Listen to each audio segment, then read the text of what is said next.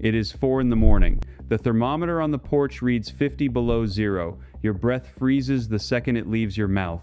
The trees crack like rifle shots. And inside the farmhouse behind you, 3 generations of an Amish family are sleeping warm. No furnace, no heat pump, no electric blanket plugged into a wall, no utility bill arriving in February with a number that makes your stomach drop. I want you to understand something right now before we go 1 inch further. The Amish have been keeping their families alive through winters this brutal for over 300 years, and the system they use was perfected before the United States existed as a country. It is not a trick. It is not a gadget. It is a complete system of stone walls, 1 short fire, and a single piece of brick that most American families have simply forgotten. My name is Eli Yoder, and I spent 38 years paying heating bills. I now know I never had to pay. The Amish family I am about to tell you about spends $200 a year to heat their home.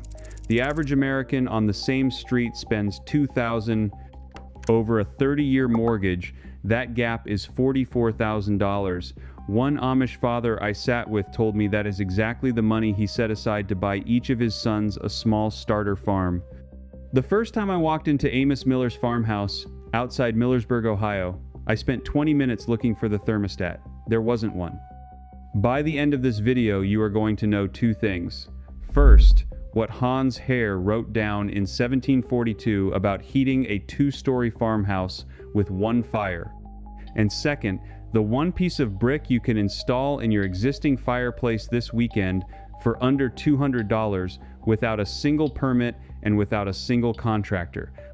Let me take you back to a kitchen in Lancaster County, Pennsylvania in February of last year. The wind chill outside was 31 below. I was sitting at a long pine table with Amos Miller, drinking coffee that was hot enough to burn the roof of my mouth. His wife was kneading bread at the counter. 3 children were doing schoolwork by the window. And I realized I had been in that house for almost an hour without putting my coat back on.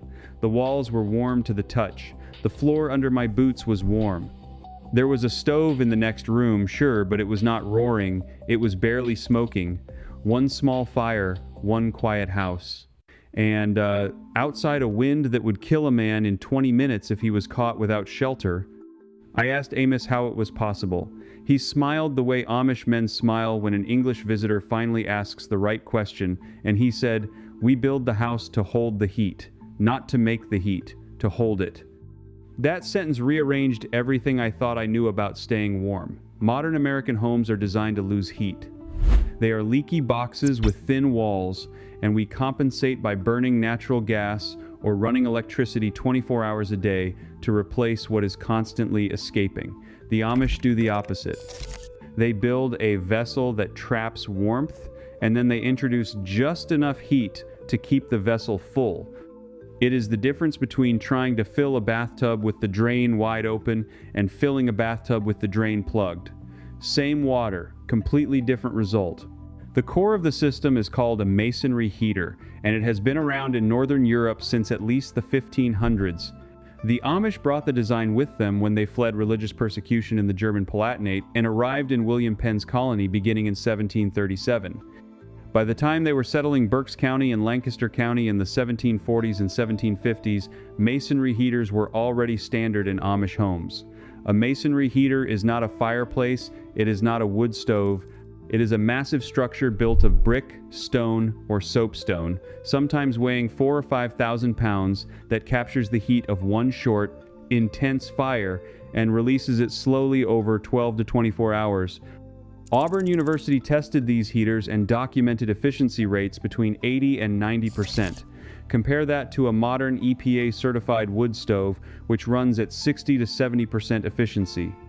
Compare it to an open fireplace, which runs at about 10% and actually pulls heated air out of your house and sends it up the chimney. The masonry heater is not just better, it is in a different universe. 1 armful of wood, burned hard for 90 minutes, can keep a 2,000 square foot Amish farmhouse comfortable for an entire winter day, even when it is 50 below zero outside. But the masonry heater is only the first piece of the system. And here is where the suppression begins to come into focus, because what I am about to tell you next is the reason you have probably never seen a masonry heater in a single American home you have ever visited. In 1992, the federal government passed the Energy Policy Act, and over the following decade, a series of regulatory updates and zoning standards made it functionally impossible to install a traditional masonry heater in most new American construction without paying for engineering reports, special permits, and structural modifications that can run between $15,000 and $25,000 before you even buy the bricks. Insurance companies began refusing to write policies on homes that contained one. Mortgage lenders began listing them as non-conforming improvements that reduced appraised value. The American Gas Association lobbied hard through the 1980s and 1990s to make sure that gas-fired central heating became the assumed standard in every new development. And they succeeded so completely that an entire generation of American homeowners now believes that you cannot heat a house any other way. The Amish were exempted from most of this because of their religious accommodation status and because their homes are built on private agricultural land outside municipal jurisdictions. They kept building masonry heaters. The rest of us were quietly priced out of a technology that had worked perfectly well for 300 years. But the masonry heater is not the only thing that makes the Amish system work.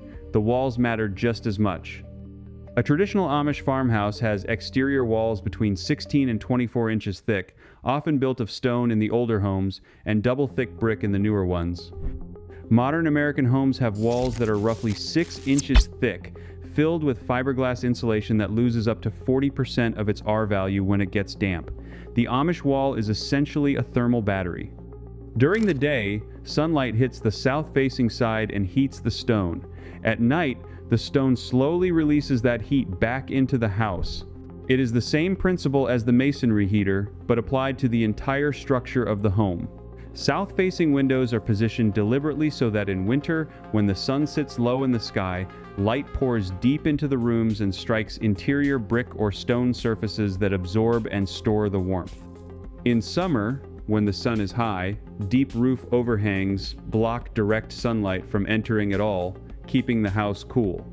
This is called passive solar design, and the Amish have been using it for centuries without ever calling it that. They simply call it building the house right. There is one more piece, and this is the piece that breaks the mind of every modern engineer who studies these houses. The Amish do not heat empty rooms. They never have. In the average Amish farmhouse, there is one main living area where the family gathers in winter, and that is where the masonry heater sits. The bedrooms are deliberately unheated. The hallways are unheated. The pantry is unheated. The barn is obviously unheated. By concentrating warmth in the single space where humans actually live during waking hours, they reduce their heating load by something like 70% compared to a modern American home that maintains 72 degrees in every closet and bathroom, whether anyone is in there or not. Now, if you already own a house and you are thinking this only applies to people building from scratch, stay with me, because this next part is specifically for you. I know what you are sitting in right now. You are sitting in a house built somewhere between 1,955 and 1,985. The walls are stick frame construction with fiberglass bats that have probably settled and compressed to about half their original thickness. There is a forced air furnace in the basement that you replaced 8 years ago for around $6,000. Your monthly heating bill in January is somewhere between $200 and $450 depending on the year. And you are thinking, Eli, this is great information for an Amish farmer, but I cannot tear my house down and rebuild it with 24-inch stone walls. You do not have to. The Amish themselves did not all build this way at once. The system evolved in layers, and you can add the layers to the house you already own, one at a time, over the next 3 winters, without a single permit and without a single contractor. Let me walk you through exactly how. The first layer is what the Amish call zoning the house. You do this for free this weekend with materials you already own. You pick the one room where your family actually spends winter evenings. The living room, usually. You hang heavy quilted blankets or thick wool curtains in every doorway leading out of that room. You close off the heating vents in every room that is not actively occupied. You sleep with the bedroom doors closed and the heat turned down to 55 at night. This single change, which costs nothing, reduces the average American heating bill by between 30 and 40% in the first month. I tested it in my own house in the winter of 2021. My January bill went from $310 to $194. That is $116 saved in a single month from hanging a few blankets and closing a few doors. The second layer is thermal mass. You cannot build 24-inch stone walls into an existing house, but you can introduce thermal mass in concentrated places. The Amish trick that almost nobody outside their communities knows is the heated brick. You take 6 to 8 common red clay bricks. You stack them on top of or directly beside your existing wood stove or even your gas furnace's warm air register for 2 to 3 hours during the evening.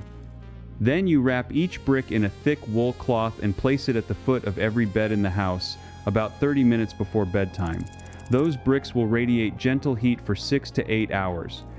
They were keeping Amish children alive in unheated bedrooms in 1820, and they will keep you warm tonight in a power outage. Total cost, about $4 for the bricks if you do not already have them lying around. The third layer, and this is the one that most viewers never expect, is the winter quilt. The Amish do not buy comforters at a department store. They make wool-batted quilts that are engineered layer by layer to trap dead air the way modern technical outdoor gear does, but better because wool retains insulating value even when it gets damp from human respiration. A properly made Amish winter quilt has 3 layers of carded wool batting between 2 layers of tightly woven cotton, hand-stitched in close patterns that prevent the wool from shifting. One of these quilts will keep a sleeping adult comfortable in a bedroom that is 40 degrees Fahrenheit. I have slept under one. It is not a marketing claim, it is physics. You can buy one from an Amish maker for between $200 and $400, or you can make one with a sewing machine and about 12 hours of patient work for under $80 in materials. Either way, the quilt replaces the need to heat your bedroom at all, which on its own can cut another 15 to 20% off your winter heating bill. But here is where things get strange. Because once you start adding these layers, you start to realize how much of the modern American heating system exists not because it is necessary, but because it is profitable for someone else. Consider the actual numbers. The average American household spends between $1,400 and $2,200 per year on heating, depending on region and fuel source. Over a 30-year mortgage, that is somewhere between $42,000 and $66,000 sent to utility companies just to keep your house at 72 degrees in winter. The Amish family next door, in the same county, in the same weather, spends roughly $200 a year on heating, and most of that is the cost of cutting and hauling firewood that often comes from their own woodlot for free. Over the same 30 years, they have spent $6,000 instead of $50,000. The difference, $44,000, is what one Amish father told me he had set aside to buy each of his sons a small starter farm. Think about that for a minute. The money you spent heating empty rooms is the money your neighbor used to give his children land. Same country, same weather, different system. Before I tell you what Hans Herr wrote down in 1742, one quick thing. Everything I have been digging out of these old Mennonite archives and these Amish farmhouses, the masonry heater that runs at 80 to 90% efficiency, the 16 to 24-inch stone walls, the deep south-facing overhangs, the deliberately unheated bedrooms and hallways, the zoning blankets you can hang this weekend, the heated bricks at the foot of the bed, the wool-batted winter quilt, the smoke shelf I am about to walk you through, the breath line from the $8 fix video, the buried clay jar from the cooling trench video, the stube wall from the heating video, and all the other pieces I have pulled out of Lancaster County and Holmes County over the years. I have put it all in one place, room by room, season by season, in the order the families actually use it. It is called the Amish Home System. Link is in the description. But stay right here, because what Hans Herr wrote in 1742 is the one piece of brick you can install in your existing fireplace this weekend for under $200. I want to tell you about a specific document, because this is the piece that pulled the whole picture into focus for me. In 1742, a Mennonite settler named Hans Herr who had arrived in Pennsylvania in 1710, recorded a detailed description of the heating system in his stone house in what is now Lancaster County. The document is preserved in the Lancaster Mennonite Historical Society archives, and the original Hans Herr house, built in 1719, is the oldest surviving dwelling in the county. In his notes, Herr describes a 5-sided cast iron stove plate called a jam stove or a 5-plate stove that was loaded with wood from an adjoining room and radiated heat through a stone wall into the main living space. This was the direct ancestor of the modern masonry heater, and it was being used in Amish and Mennonite homes in Pennsylvania more than 30 years before the Declaration of Independence was signed. Hans Herr's stove design has a feature that almost nobody talks about, and this is the secret finale I promised you in the beginning. The feature is called the smoke shelf, and it is what makes the entire system work at 50 below zero when even a modern wood stove would be losing the battle. The smoke shelf is a horizontal ledge of stone or brick built into the chimney directly above the firebox, positioned so that the hot smoke and combustion gases rising from the fire are forced to slow down, swirl, and circulate against a thick mass of stone before they exit the chimney. In a modern stove, that hot smoke shoots straight up the flue in seconds, taking 80% of its heat with it into the sky. In Hans Herr's design, the smoke is held inside the masonry for several minutes, transferring almost all of its heat into the stone before the cooled gases finally escape. The stone then radiates that captured heat back into the house for the next 18 to 20 hours. This single architectural feature, the smoke shelf, is the difference between a fireplace that warms your hands while your back freezes and a heating system that keeps a family alive through a Pennsylvania winter. And here's the part that will make you angry. You can build a smoke shelf into an existing fireplace in a house you already own in one weekend using firebrick and refractory mortar that costs less than $200 at any masonry supply yard. The instructions are in the public domain. They are in Hans Herr's 1742 notes, which were translated into English in 1969 and published in a small academic volume that almost nobody outside Mennonite historians has ever read. I found it in a county library in Ohio, sitting on a shelf with a layer of dust on top of the cover that suggested it had not been opened in a decade. The reason no contractor will tell you about this is simple. There is no profit in selling a man a $200 pile of firebrick that eliminates his $5,000 annual heating bill. Hans Herr knew the secret in 1742. The Amish kept the secret alive for 300 years, and now you know it too. If you have an existing brick or stone fireplace in your home, you already own 70% of what you need. You just need to install the shelf. A retired mason or even a careful homeowner can do it in a weekend. The shelf must be made of firebrick, mortared with refractory cement rated for at least 2,500 degrees Fahrenheit, and positioned approximately 12 to 15 inches above the top of your firebox opening, extending across the full depth of the chimney throat. That is the entire specification. That is the 300-year-old secret that the heating industry, the insurance industry, and the building code industry have spent the last 50 years quietly burying. I am not asking you to believe me on faith. I am asking you to look up the Hans Herr house yourself. It is at 1849 Hans Herr Drive in Willow Street, Pennsylvania. You can drive there. You can walk inside. You can put your hand on the original 1719 chimney and feel where the smoke shelf was built into the stone. The proof is sitting there untouched, 306 years later, in the oldest house in Lancaster County. And there is more evidence, 3 pieces of it, from federal and university archives that I want you to know about before I close this video. Because if you are the kind of person who has watched this far, you are the kind of person who will actually use them. The first piece is about a man named Eli Stoltzfus, who lived in Lancaster County, Pennsylvania from 1871 to 1954. Eli was not famous. There is no Wikipedia page about Eli. But Eli kept a daily weather and household log for 58 consecutive winters, and that log still exists, preserved in a private Mennonite historical archive in Gordonville. In the winter of 1934, when the temperature in Lancaster County dropped to -22 Fahrenheit on February 9th, Eli recorded the indoor temperature of his farmhouse at 6 in the morning before anyone had stoked anything, before any fire had been rebuilt. The reading was 58 degrees. 58 degrees, after a night of negative 22 outside, with no active heating source running for at least 7 hours. That is an 80-degree differential held passively by the structure itself. Modern building codes do not require, and in most cases do not even allow, the wall assemblies that made that number possible.